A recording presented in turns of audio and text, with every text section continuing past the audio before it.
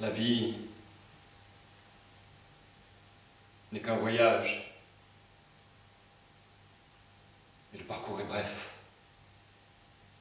C'est vrai. L'homme ne se lève à 5 ou 6 pieds de la terre que pour descendre à 5 ou 6 pieds dessous. J'ai déjà fait la moitié du retour. Pourquoi levons-nous si fièrement la tête, puisque demain elle retombera vers le sol?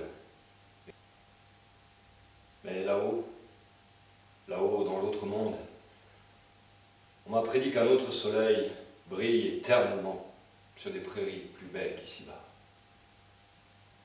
J'en suis sûr. Cruauté de plus, puisque mes yeux et les vôtres commenceront à pourrir à l'instant même où se lève cette splendeur. J'ai vu ma fosse, les fossoyeurs qui creusent ma fosse, et moi qui regardais le monde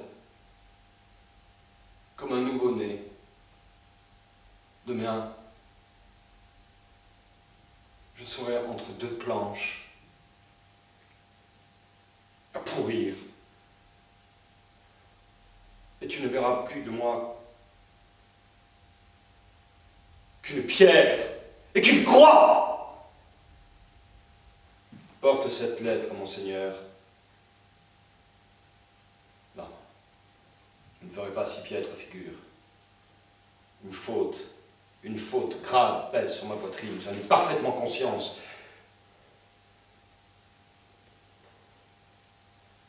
Si je dois reprendre le pouvoir, qu'en ergotant sur ma responsabilité, qu'il ne soit plus question de grâce, je n'en veux pas!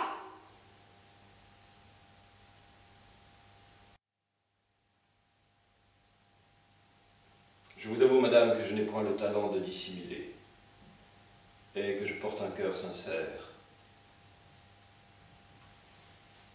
Je ne vous dirai point que je suis toujours dans les mêmes sentiments pour vous et que je brûle de vous rejoindre, puisqu'enfin, il est assuré que je ne suis parti que pour vous fuir.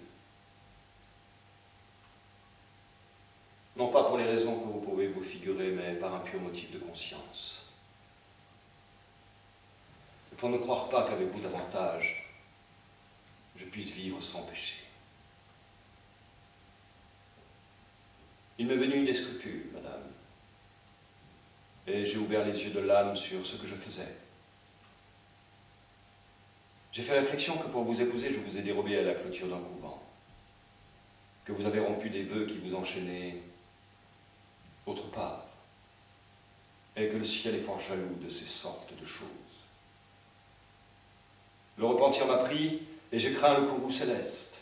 J'ai cru que notre mariage n'était qu'un adultère déguisé qui nous attirerait quelques disgrâces d'en haut, et qu'enfin, je devais tâcher de vous oublier, et vous donner moyen de retourner à vos premières chaînes. Voudriez-vous, madame, vous opposer à une si sainte pensée, et que j'allasse en vous retenant me mettre le ciel sur les bras? Il n'y a plus de honte maintenant à cela. L'hypocrisie est un vice à la mode. Et tous les vices à la mode passent pour vertu. Le personnage d'homme de bien est le meilleur de tous les personnages que l'on puisse jouer aujourd'hui. Et la profession d'hypocrite a de merveilleux avantages. C'est un art de qui l'imposture est toujours respectée. Et quoi qu'on la découvre, on n'ose rien dire contre elle. Tous les autres vices des hommes sont exposés à la censure et chacun peut les attaquer hautement. Mais l'hypocrisie est un vice privilégié qui de sa main ferme la bouche à tout le monde et jouit en repos une impunité souveraine. Quoi? Tu veux qu'on se lie à demeurer au premier objet qui nous prend? Qu'on renonce au monde pour lui et qu'on est Dieu pour personne? La belle chose de vouloir se piquer d'un faux honneur d'être fidèle, de s'ensevelir pour toujours dans une passion, et d'être mort dès sa jeunesse à toutes les autres beautés qui nous peuvent frapper les yeux. Non. La constance est bonne que pour des ridicules. Toutes les belles ont droit de nous charmer. Et l'avantage d'être rencontré la première ne doit point dérober aux autres les justes prétentions qu'elles ont toutes sur nos cœurs. Pour moi, la beauté me ravit partout où je la trouve, et je cède facilement à cette douce violence dont elle nous entraîne. J'ai beau être engagé, l'amour que j'ai pour une belle n'engage pas mon âme à faire injustice aux autres, et dès qu'un beau visage me le demande, si j'en avais 10 000, je les donnerais tous. Les inclinations naissantes après tout ont des charmes inexplicables, et tout le plaisir de l'amour est dans le changement. On goûte une douceur extrême à réduire par cent hommages le cœur d'une jeune beauté, à voir de jour en jour les petits progrès que l'on y fait, à combattre par des transports, par des larmes et des soupirs l'innocente pudeur d'une âme qui a peine à rendre les armes, à forcer pied à pied toutes les petites résistances qu'elle nous oppose et la mener là où nous avons envie de la faire venir. Mais lorsqu'on en est maître une fois, il n'y a plus rien à dire, ni rien à souhaiter. Tout le beau de la passion est fini, et nous nous endormons dans la tranquillité d'un tel amour. Si quelque objet nouveau ne vint réveiller nos désirs et présenter à notre cœur les charmes attrayants d'une conquête à faire, enfin, il n'est rien de si beau que de triompher de la résistance d'une belle personne. Et j'ai sur ce sujet l'ambition des conquérants qui volent perpétuellement de victoire à victoire et qui ne peuvent se résoudre à borner leurs souhaits. Il n'est rien qui ne puisse arrêter l'impétuosité de mes désirs. Je me sens en cœur à aimer toute la terre. Et comme Alexandre, je souhaiterais qu'il y eût d'autres mondes pour y pouvoir étendre mes conquêtes amoureuses. La solitude, tu la connais, toi, la solitude. Celle des poètes et des impuissants. La solitude, mais laquelle? Tu ne sais pas que seul on n'est jamais, et que partout le même poids d'avenir et de passé nous accompagne. Les êtres que l'on a tués sont avec nous, et pour cela ce serait encore facile, mais ceux qu'on a aimés, ceux qu'on n'a pas aimés, les putains, et la clique des dieux, seuls.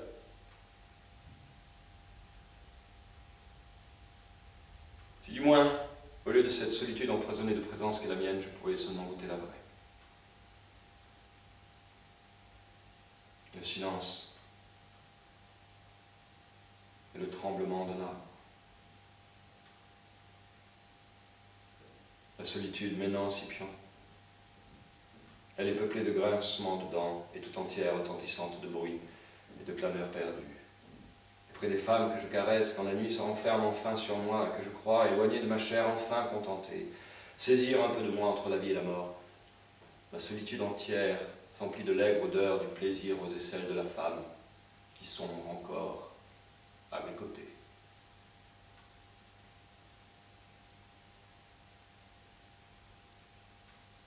Rome s'est trompée pendant des années. L'amour ne m'est pas suffisant. C'est ce que j'ai compris alors. C'est ce que je comprends encore aujourd'hui, en te regardant. Aimer un être, c'est accepter de vieillir avec lui. Je ne suis pas capable de cet amour. Drusilla vieille, c'était bien pire que Drusilla morte. On croit qu'un homme souffre parce que l'être qu'il aime meurt en un jour, mais sa vraie souffrance est moins futile, c'est de s'apercevoir que le chagrin non plus ne dure pas. Même la douleur est privée de sens.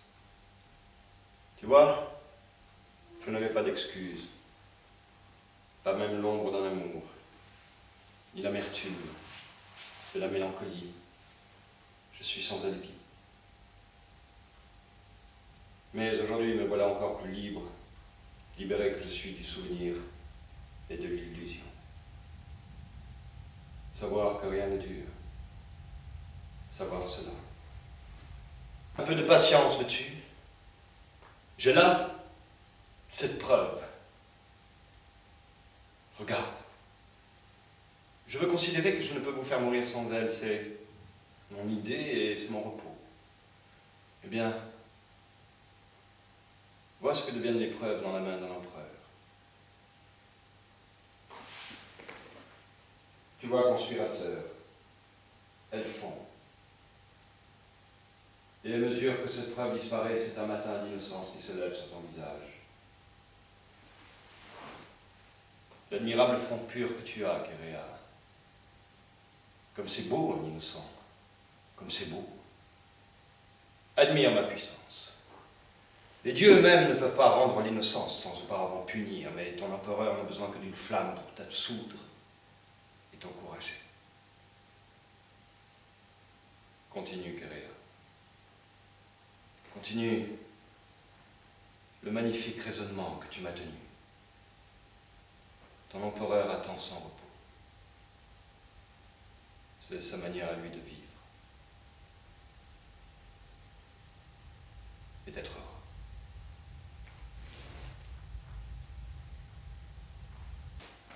Caesonia, je savais qu'on pouvait être désespéré, mais j'ignorais ce que ce mot voulait dire.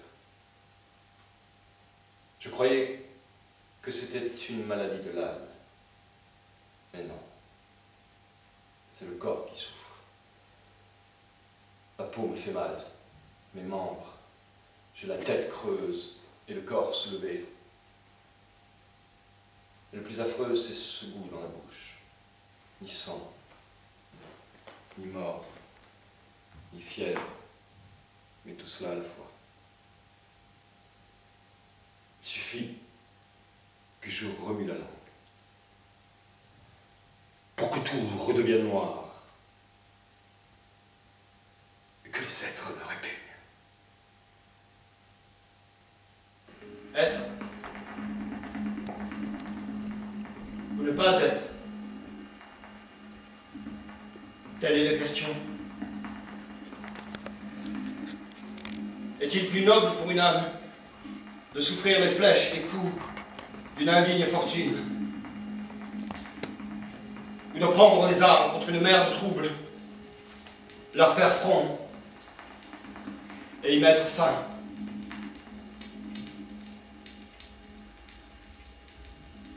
Mourir, dormir,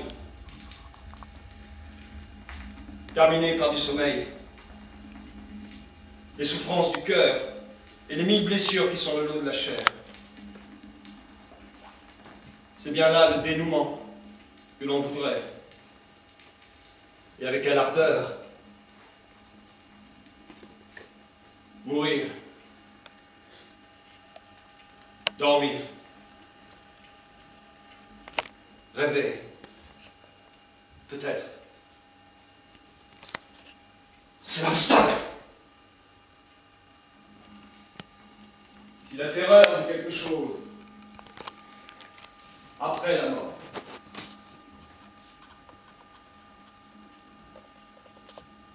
me troublait notre dessein. Nous faisons préférer les mots que nous avons à d'autres. Obscur. L'homme, pour une tare fâcheuse de sa nature, ou par un défaut de naissance, mais en est-il coupable, puisqu'on ne choisit pas ses origines, ou qu'il cède à l'empire excessif d'une humeur qui renverse les tours de la raison, ou que l'habitude vienne à dénaturer ses plus belles manières,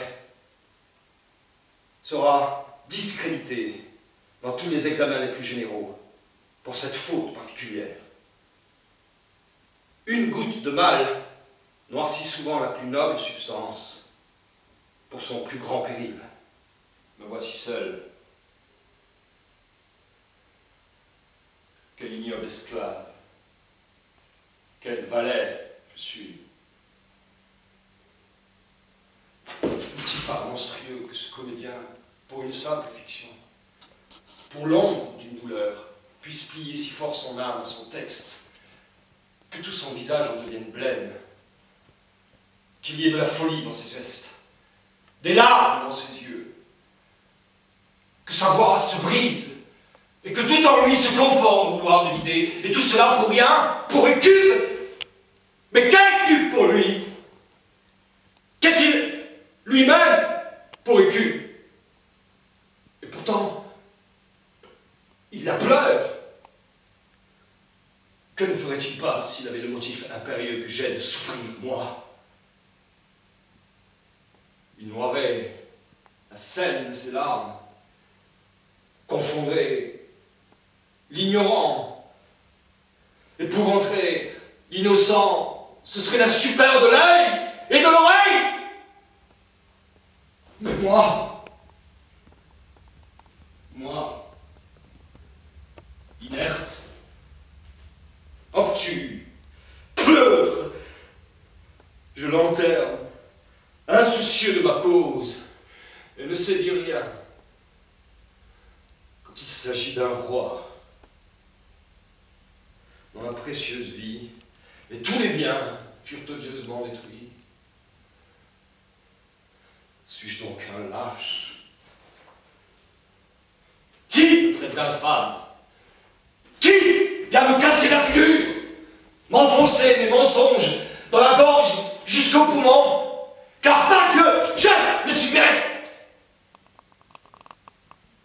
C'est à croire que j'ai le foie d'un pigeon, car sinon, j'aurais déjà gavé tous les 1000 ans du ciel des tripes de ces chiens! Quel être de sang, de stupe, dénaturé, sans remords! Oh.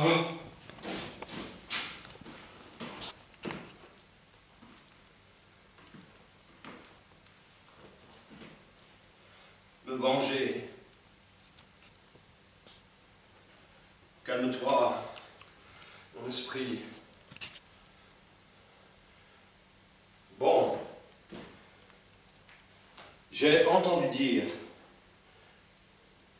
que certains criminels furent au théâtre, si durement touchés par l'art de la pièce, qu'ils ont crié leurs méfaits sur le champ.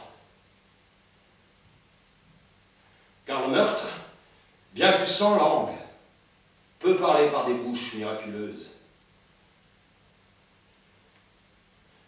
Je vais faire jouer à ces comédiens une forme évoquant le meurtre de mon père. Et je l'observerai. Je le sonderai. S'il tressaille, je sais ce que je ferai. Cet esprit que j'ai vu est peut-être le diable qui a le pouvoir de revêtir une apparence trompeuse. Et étant donné le trouble je suis et ma mélancolie, et l'empire qu'il a sur ces sortes d'humeurs, il m'abuse afin de me perdre. Je dois fonder sur plus que je n'ai vu. Le théâtre sera le piège où je prendrai la conscience du roi. Horatio, dès que mon cœur fut maître de mon choix, il t'a élu sans appel, car tu étais celui ayant tout à souffrir, celui qui ne souffre pas. Que l'on me montre un homme qui ne soit pas l'esclave de ses passions. Et je le garderai au plus profond de mon cœur, dans le cœur du cœur, où je te garde toi. Mais je t'en ai sans doute trop dit. Qu'est un homme si l'emploi de son temps, si tout son bien n'est que manger et dormir? Une bête, rien de plus. Dieu, qui nous dota de ce vaste esprit, qui voit si loin dans le passé et l'avenir, ne nous a pas donné cette raison pour qu'inactive, elle moisisse en nous. Pourtant, soit qu'un lâche scrupule, soit par oubli bestial qui m'oblige à examiner de trop près les choses. Je ne sais pas pourquoi je suis encore à me dire, voilà ce qu'il faut faire quand tout, motif, volonté, force et moyens me poussent à l'accomplir. Vaste comme la terre, des exemples m'exhortent. Désormais, que mes pensées deviennent sang, ou qu'elles retournent au néant.